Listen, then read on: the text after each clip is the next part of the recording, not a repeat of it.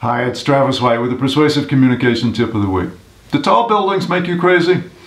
Well, actually, there's a fair amount of literature that suggests that they may well make you crazy. In fact, the higher you live in a tall building, the more likely you are to have some emotional or mental issues. And why would that be? Because the higher up you are in the building, the less likely you are to come down and out of the building and interact with people every day. The more likely you are to be isolated in your own apartment or your own office and so forth. So you don't get the human interaction that you need to be mentally well balanced. Now, I wrote an article about that for a magazine that I sometimes write for. I submitted that article, and my editors, who are many, many years younger than I am, came back to me and said, "We don't believe this." I said, "Well, why don't you believe this?" They said, "Because we can't find anything on the internet about this." And I said, "Well, it's published in a book, and actually, here's the book. It's called The Pattern Language." Now, what's the problem with this book? It was published in 1977, before the internet came around. So my editors said, "We don't believe it because it's not on the internet."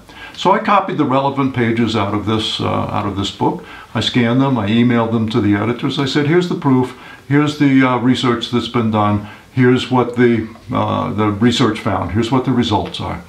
My editors came back to me and said, "We still don't believe it.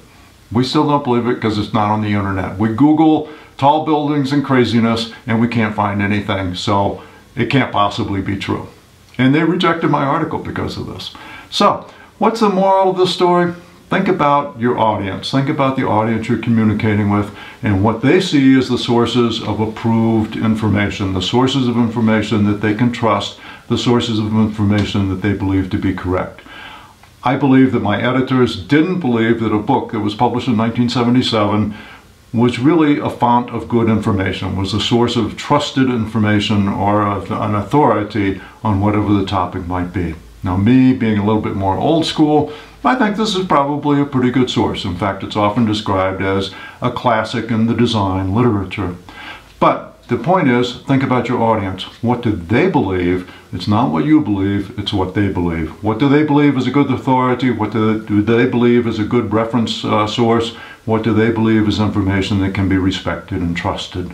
So think about them, you'll communicate more effectively with them, and you'll be more persuasive. That's the Persuasive Communication Tip of the Week. See you again next week.